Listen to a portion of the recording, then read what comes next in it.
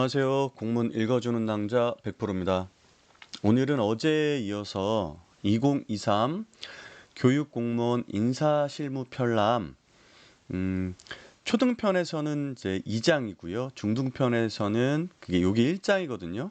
임용에 관련된 부분을 살펴보려고 합니다. 그래서 초등과 중등이 조금 다른 부분이 있어서 초등을 중심으로 살펴보다가 이제 중등 부분을 추가로 해야 되는 부분은 인사실무 편람 중등편을 펼쳐놓고 그 부분을 한번 같이 살펴봐서 초등과 중등 모든 선생님들께 도움이 되는 형태로 한번 진행해 보도록 하겠습니다. 제2장 교원의 임용은 총 8개의 파트로 되어 있는데요. 오늘은 한 5개 혹은 4개, 5개, 한 절반 정도만 한번 먼저 살펴보고 내일 또 나머지 부분을 살펴서 이 장은 두 부분으로 나눠서 읽어보도록 하겠습니다.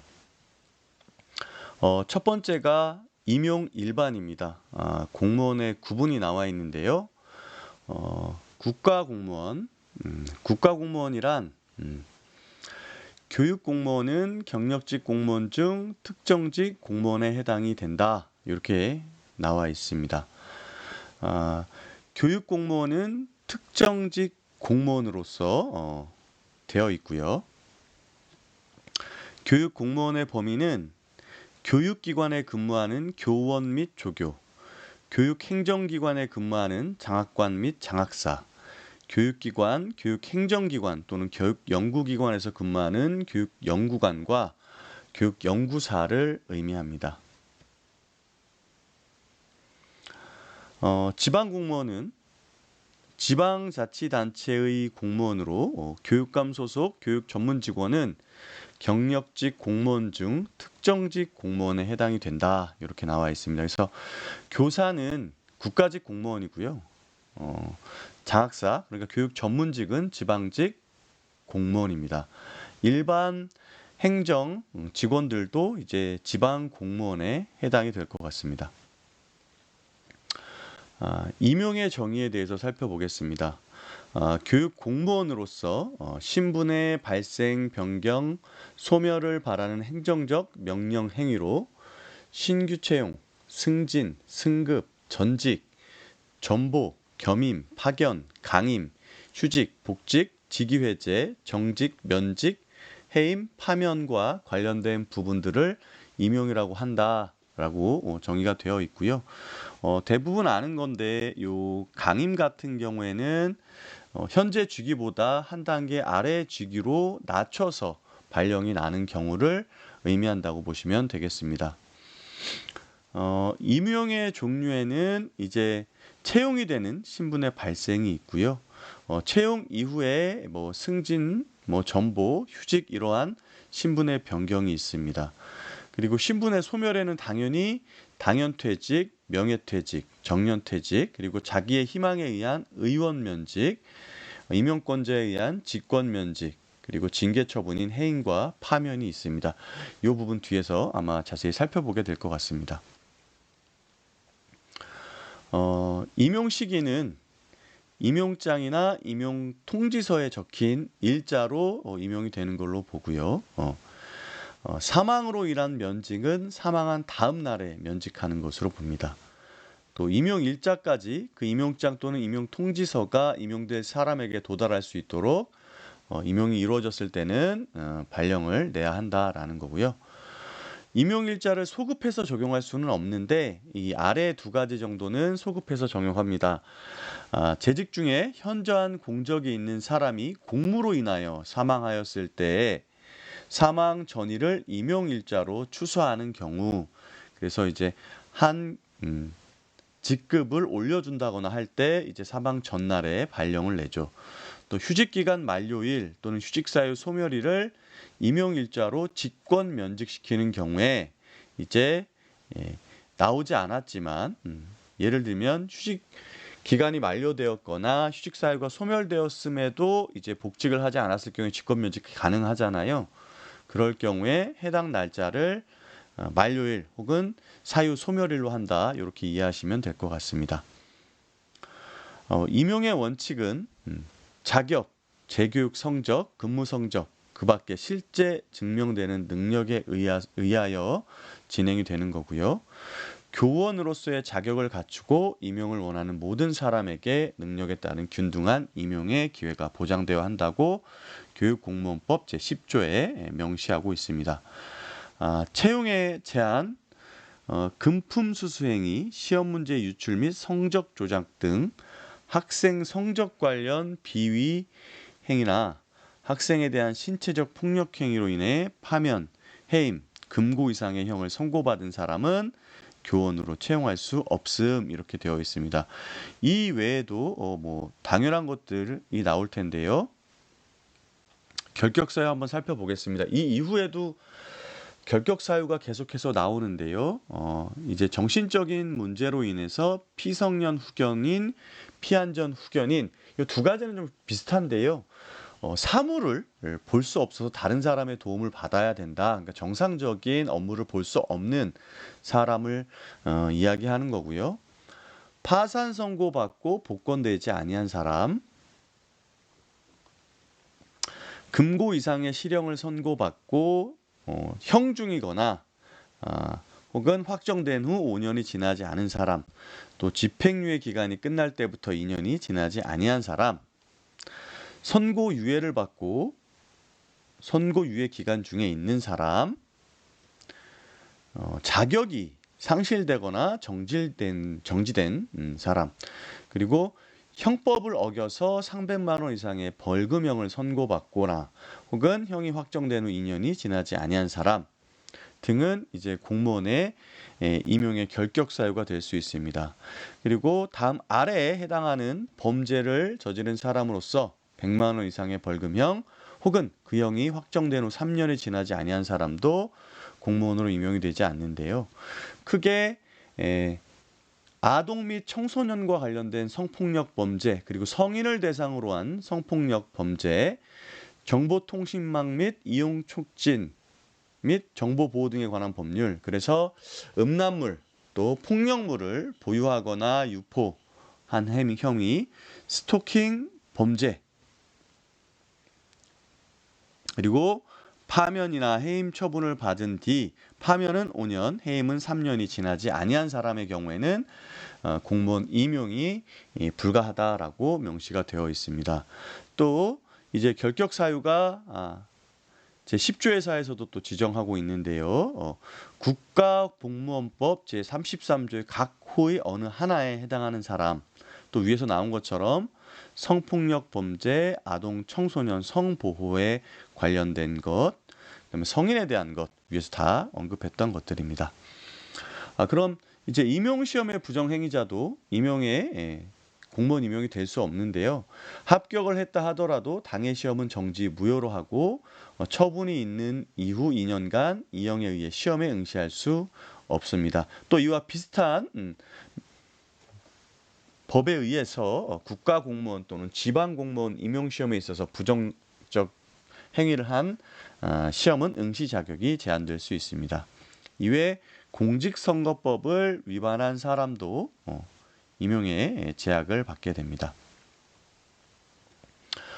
인사발령은 임용권자는 교육공무원으로 신규 채용되거나 승진 또는 전보되는 교육공무원에게 임명장이나 임용장을 수여하고 소속 기관장이 대리 수여할 수 있다 이렇게 나와 있고요.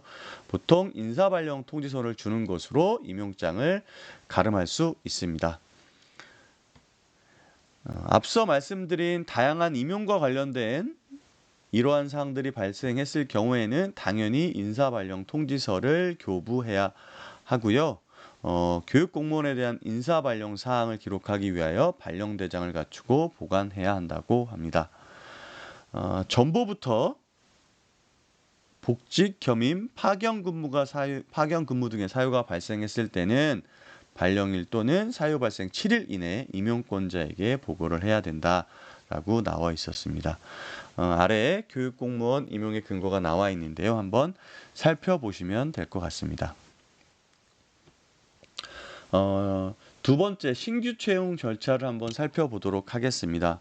이제 도교육청에서 공개 경쟁 시험을 통해서 교사를 선발하게 되면 이제 임용 후보자 명부를 작성하고 이 신규로 이제 발령을 낼 배정안을 결재를 내겠죠.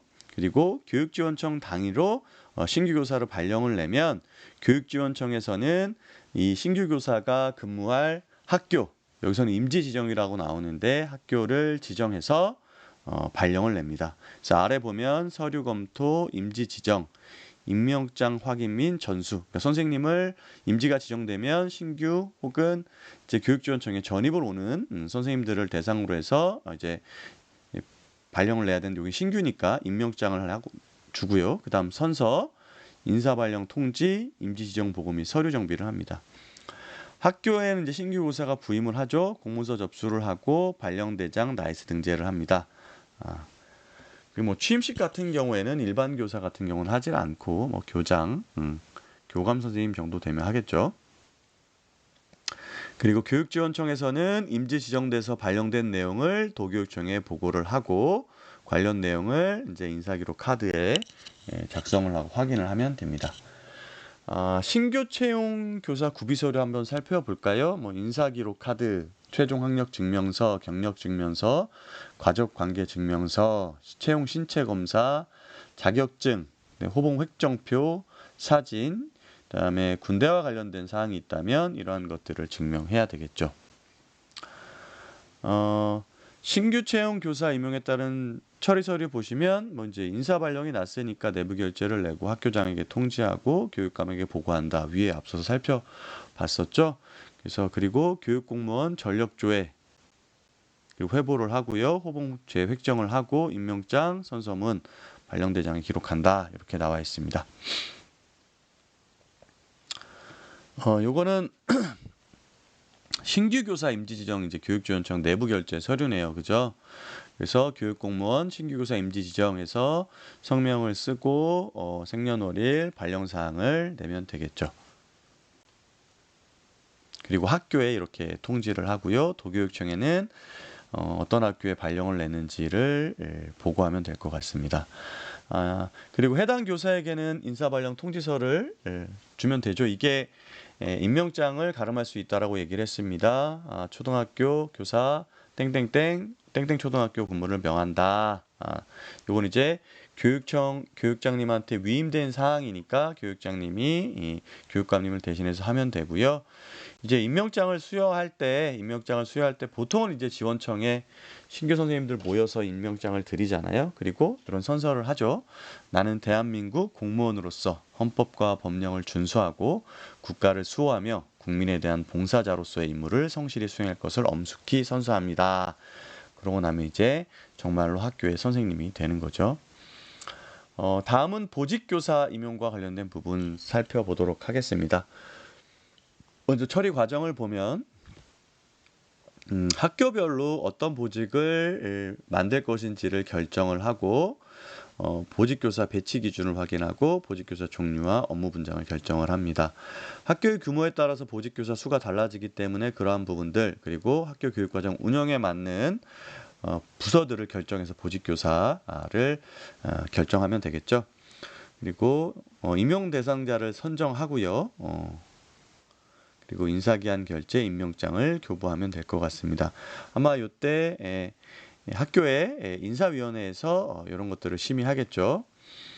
그리고 결과는 처리하는데 나이스 임명 및 발령대장을 등재하는데 연임의 경우도 1년 단위로 기록을 하도록 되어 있습니다. 이건 보직교사도 그렇지만 담임교사도 1년 단위로 나이스에 기록을 하도록 되어 있죠.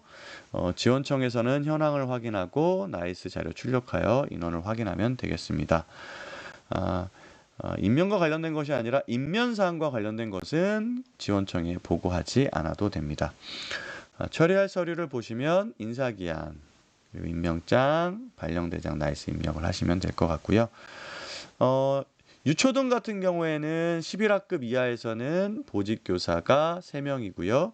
12에서 17은 5, 18에서 23은 7, 24에서 29는 9, 30에서 35는 10, 그리고 36학급 이사는 12명입니다.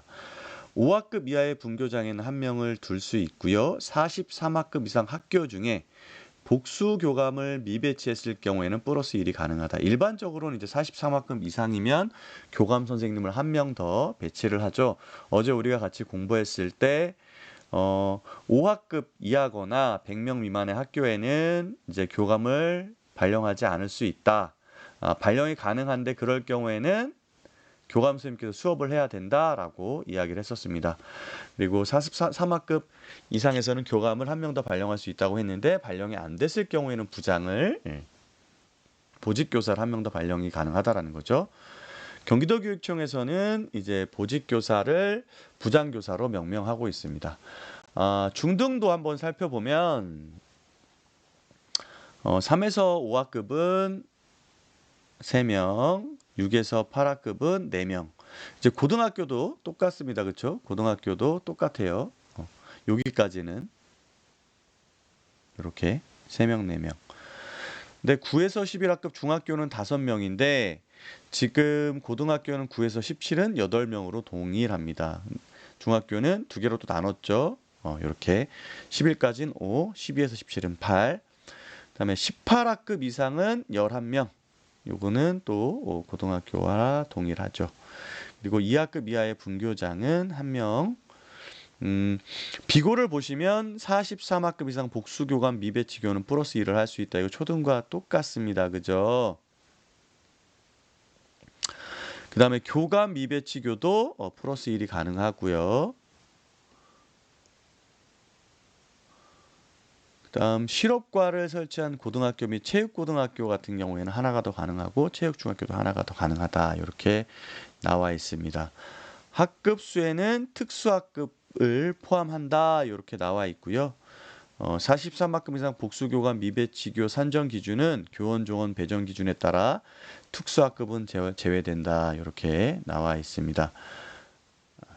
좀 차이가 있네요. 그죠? 요거는 43학급 이상 복수교감 미배치교 같은 경우에는 특수학급을 제외한다. 요거 일반 학급만 해당이 된다라는 거 생각하고 계시면 될 것 같습니다. 이어서 또 보겠습니다. 보직관리의 기준 이렇게 나와 있는데요. 임용권자 또는 임용제청권자는 소속 교육공무원을 보직함에 있어 다음 각 호에 의한 직원의 직무 요건과 소속 교육공무원의 인적 요건을 고려하여 임용하여야 된다. 그래서 직위의 직무 요건 보겠습니다. 직무의 종류 및 전문성, 직무에 필요한 능력 수준, 직무에 필요한 인격 특성, 직무 조직상의 비중, 기타 당의 직무 수행에 필요한 조건 이런 것들을 보고요. 교육 공무원의 인적 요건도 보는데 뭐 종별, 연수 실적, 동설 능력, 청렴도, 경력 학력, 전공 분야 자격, 정책 판단 또는 업무 추진 능력, 성품 및 신망도, 건강. 결국에는 보직 교사를 선정함에 있어서 다양한 요건들을 살펴봐야 된다라는 거죠.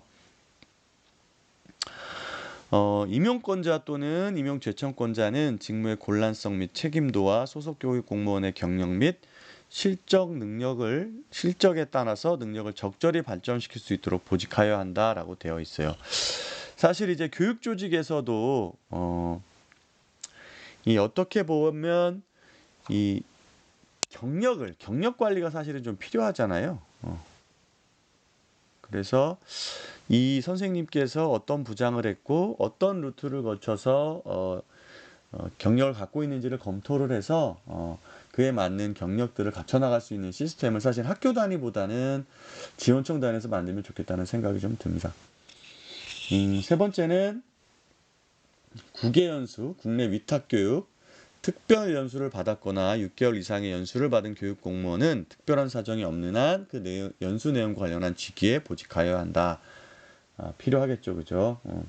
뭐 예를 들면 진로부장님 같은 경우가 그렇겠죠. 교육 공무원은 그 소지한 자격 또는 자격과 관련된 직위에 보직하여야 된다. 뭐 이런 것들이 있네요. 보직교사 임명과 관련된 부분들을 좀 살펴보면 요렇게 경기도 교육감 행정권한 위임에 관한 규칙 이건 이제 지금 저희가 다 알죠. 요게 뭐 요거는 교장 선생님한테 위임이 된 거겠죠. 본교 보직교사를 아래와 같이 임명하고자 한다. 그래서 무슨 부장 이렇게 되어 있어요. 근데 여기 보면은 1년 단위로 기록을 해야 되니까 작년 거는 면하고 올해는 명한다. 이렇게 되어 있네요. 임명장은 이런 형태로 되어 있고요. 살펴보시면 될 것 같아요. 보직교사 및 담임교사 나이스 발령 이렇게 되어 있는데 나이스에 1년 단위로 이제 기록을 한다 수준으로만 가지고 있으면 될 것 같습니다. 그래서 이때는 발령 일자, 소속, 직위, 성명, 발령사항, 발령권자, 발령 근거, 기재자 날인, 확인자 날인 이 정도가 나이스에 들어간다라는 부분 알고 계시면 될 것 같습니다. 그래서 지금 발령대장에 보면 보직교사에 임한다, 전담교사에 임한다, 그리고 담임교사에 임한다 이런 것들이 들어가서 확인을 할 수 있게끔 된다는 거죠. 이번에 5번째로 교장 임기제에 대해서 살펴보도록 하겠습니다. 임용 절차를 보면 교장 임용 관련 공문을 시달하고요. 이 교장은 교육부에서 발령을 내잖아요. 그래서 임용 제청과 관련된 대상자 서류들을 접수 및 검토를 해서 교육부로 제청을 보내면 결과가 나오겠죠. 그러면 인사 발령이 나옵니다. 이때 이제 사전 준비죠. 그럼 이 발령 사항을 교육지원청에 공문을 이첩을 하면 대상자를 파악하고 본인이 직접 확인을 합니다. 그리고 공문 이첩 및 서류 접수를 검토하고 도교육청에 다시 이 서류를 제출을 하죠. 인사 발령에 따른 행정 조치를 하고요. 대상자 서류 작성, 중임, 퇴임, 원로교사 임용 등 해당자 확인 후 관련 서류를 작성해서 제출한다.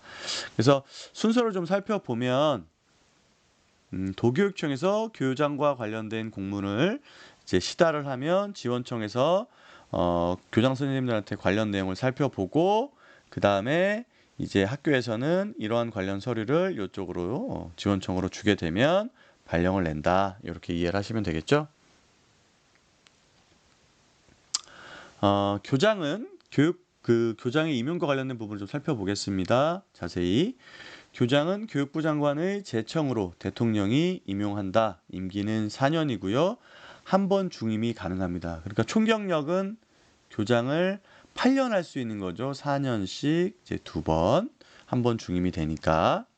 다만 공모 교장에 따른 임용은 횟수에 포함하지 않는다. 뒤에 이제 나오지만 그때 또 다시 살펴보도록 하겠습니다.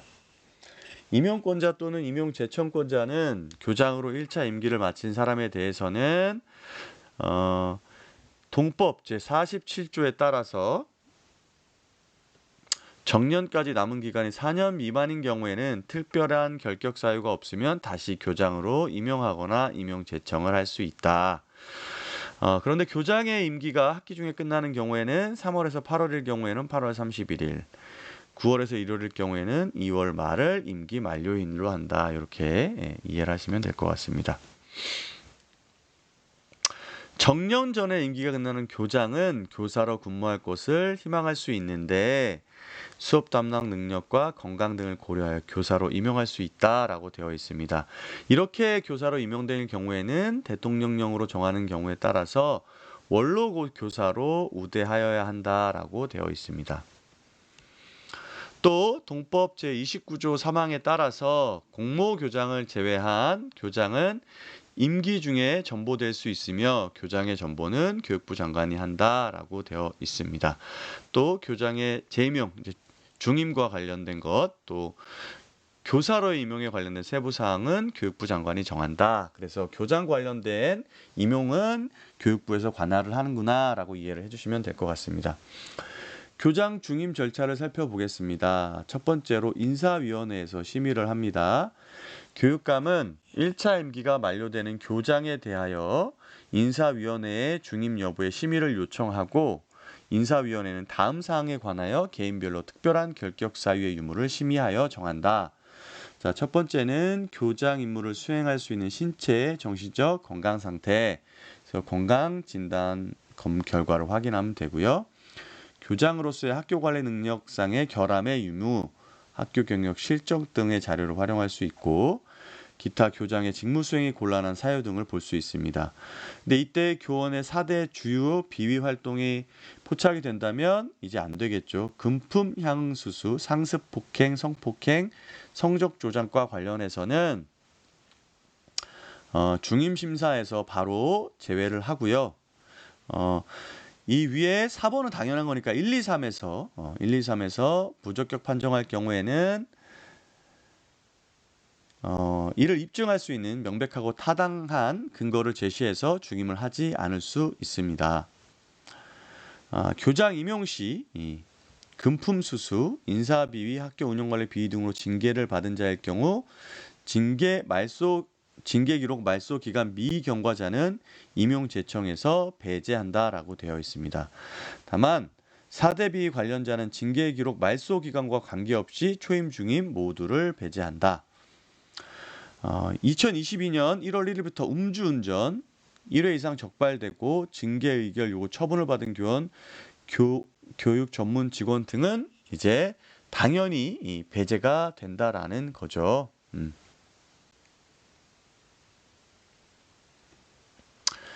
이 사람들은 징계 기록 말소 후에나 교장 임용이 가능하다라고 되어 있습니다.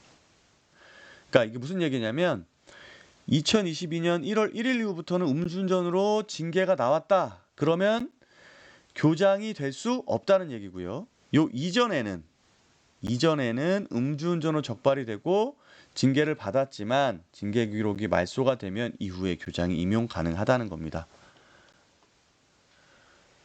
임용 서류는 인사기록카드, 임용 제청조사서, 임용 제청서 이렇게 되어 있고요. 교육부 장관이 대통령령으로 임명을 한다라고 되어 있습니다. 교장 중임 등에 관한 심의사항 누가기록 카드 작성을 보시면 작성 대상자는 1차 임기 중에 있는 교장으로서 교장 중임, 원로교사 임용 심의 대상이 되는 자, 2차 임기 중에 교장으로의 정령 임기가 만료되는 자, 1차 임기를 마친 교육 전문 직원 또는 파견 근무자는 누가기록 카드를 작성을 해야 된다라고 되어 있고요. 이는 지원청에서 10월 말일자로 기재를 하고 전보된 경우에는 그 해당 교육지원청으로 보내면 됩니다. 교장 임용 관련 법령은 한번 살펴보면 되는데 요거는 앞에 교장 등의 임용은 앞서 살펴봤기 때문에 원로교사의 우대만 좀 살펴보겠습니다. 우대사항은 수업 시간의 경감, 당직 근무의 면제, 명예퇴직 대상자 선정 시 우선 고려, 그 밖에 교내, 원내 각종 행사 등에서 우대를 한다라고 되어 있었는데 올해 초에 이제 이 원로교사에 대한 우대 사항과 관련해서 굉장히 이야기가 많았어요. 별도의 시를 준다거나 수업 시수가 뭐 10시간 이하로 된다거나 그래서 혹은 이제 10시간 이하라고 하니까 거의 뭐 1시간, 2시간 주고 이런 일들이 있었는데 이런 것들이 지금 제가 알기로는 이 조항들이 좀 현실적으로 좀 바뀌고 있는 것 같습니다. 또 원로교사는 소속 학교 유치원장이 요청하는 경우에는 다음 업무를 할 수 있는데 신규 임명된 교사에 대한 상담, 교내 원내 장학 지도, 그 밖에 필요한 자문이나 조언을 할 수 있다라고 되어 있습니다. 그리고 이렇게 원로교사로 다시 교장에서 교사로 임용을 희망하는 경우에는 임기 만료 60일 전까지 교사 임용 희망서를 제출해야 되고요. 임사위원회 심의를 거쳐서 결격 사유 유무를 정해서 임용을 할 수 있습니다. 이때는 크게 두 개, 교사로서 근무할 수 있는 정신과 신체상의 건강 상태를 보면 되고요. 기타 수업을 담당할 수 없는 사유의 유무를 보셔서 만약에 이제 부적격하다고 할 경우에는 교사 중임과 마찬가지로 명백하고 타당성 있는 근거를 제시해서 임용에서 제외할 수도 있습니다.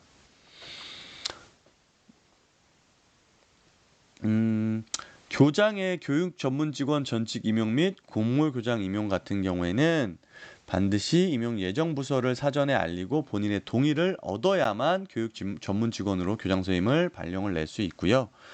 교장 임기 중에 공모 교장으로 임명되는 경우에는 그 이전에 교장 임기 가운데 남은 기간은 자동 소멸된다. 무슨 얘기냐면 A 고등학교에 내가 2년을 근무했는데 다시 어디로 초빙이 됐다.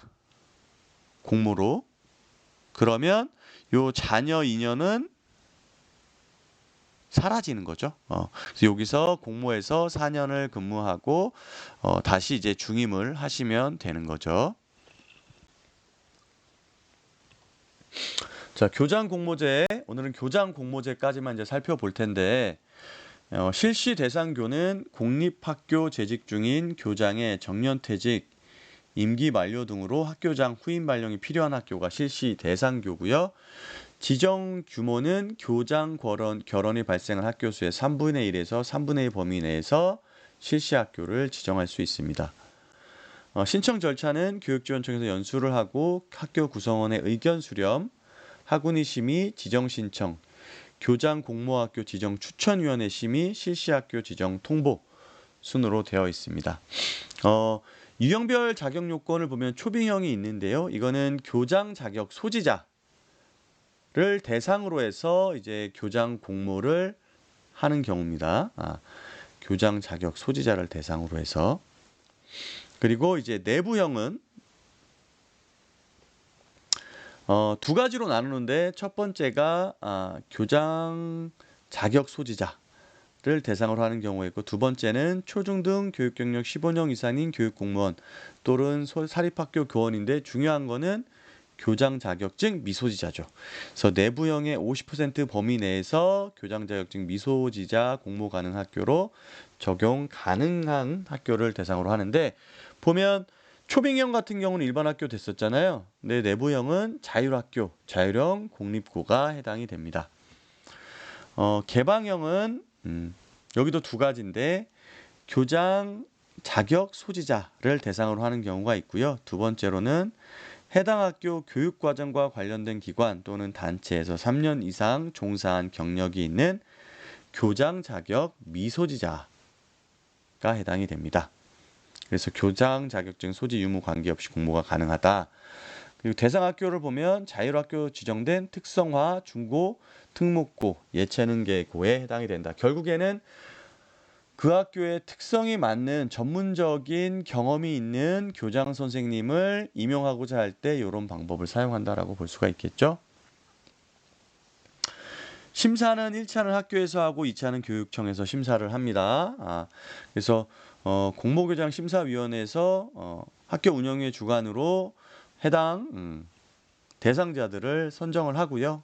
그 다음에 이거를 중초등학교, 중학교는 교육중개성에서 올라온 대상자들을 대상으로 해서 심사를 해서 최종 결정을 하고, 고등학교는 도교육청에서 심사를 하고 최종 결정을 합니다.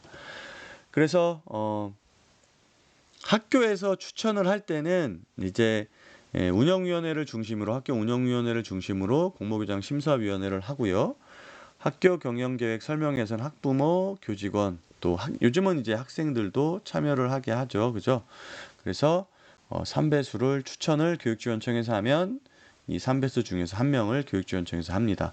이번에 이제 교장 공모와 관련해서 이 학교 경영 계획 설명을 하고 학부모와 교직원의 이제 배점을 한 60%까지 올린다라고 우리 그 주요 업무 계획 제가 만든 동영상에서도 말씀을 드렸었잖아요. 그래서 이 교장 공모를 할 때 이 교육 공동체의 참여를 확대하고 있는 형태로 나가고 있다라고 보시면 될 것 같고요.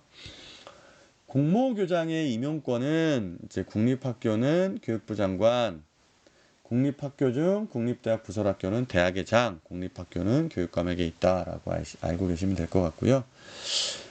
공모교장으로 재직하는 횟수는 교장 중임 제한의 횟수에 포함하지 아니한다. 단 위에서 언급했지만 이미 교장으로 근무 중인 자가 공모교장이 되었을 경우에는 공모교장 임용 이전의 교장 임기 장려 기간은 소멸된다. 그리고 공모교장은 임기 중 인사 조치되는 경우를 제외하고는 전부할 수 없다라고 되어 있습니다. 공모교장의 임기 중 인사 조치를 한번 보겠습니다. 공모교장이 당해 학교에서 계속 근무할 수 없는 객관적이고 명백한 사유가 있을 때에는 학교 운영위원회의 심의를 거쳐서 공모교장 임용권자에게 공모교장의 직을 해제하는 인사조치를 요청하거나 임용권자 직권으로 본인의 소명 절차 및 인사위원회 심의를 거쳐 공모교장의 직을 해제할 수 있다. 그러니까 이제 특별한 사유가 없으면 계속 근무를 해야 되는데, 이렇게 특별한 사유, 명백한 사유가 있을 경우에는 학교에서 인사조치를 요청하거나 혹은 직권으로 직을 해제할 수 있다라는 거죠. 또 공모교장의 임기 중에 일신상의 사장으로 뭐 아프거나 하는 경우에 학교 운영위원회에 인사조치 심의 요청을 하였을 때는 학교 운영의 심의를 거쳐서 임용권자에게 직을 면하는 인사조치를 할 수 있다라고 되어 있습니다.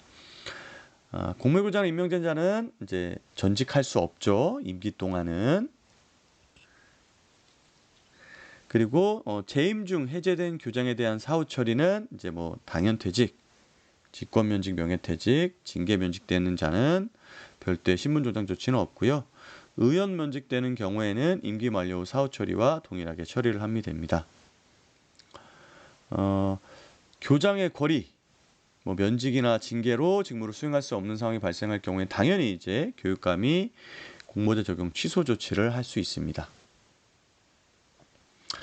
임기 만료된 공모교장의 인사는 공모교장의 임기가 끝난 경우에는 공모교장에 임용될 당시 직위로 복귀를 하여야 하고요.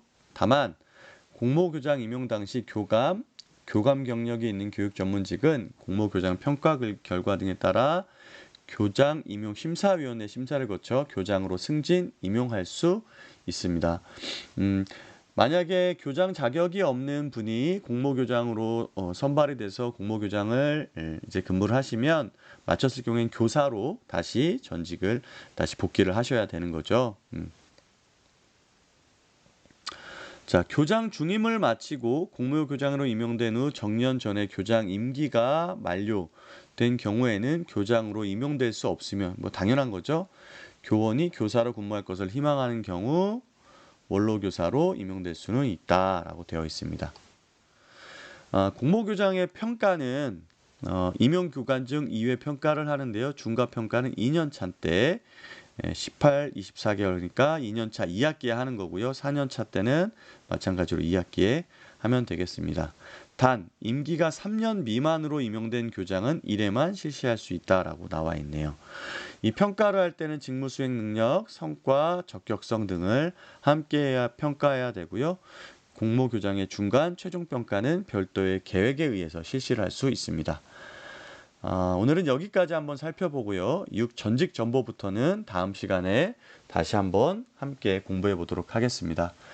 날씨가 점점 쌀쌀해집니다. 선생님들. 그럼에도 이렇게 꾸준히 공부하는 선생님들 응원하고요. 저도 지치지 않고 함께 공부하는 그런 멋진 모습을 보여드리도록 하겠습니다. 구독과 좋아요는 저에게 큰 힘이 되고요. 함께 공부하고 싶은 부분이 있으면 남겨주시기 바라겠습니다. 오늘도 모두 평안한 밤 되십시오. 감사합니다.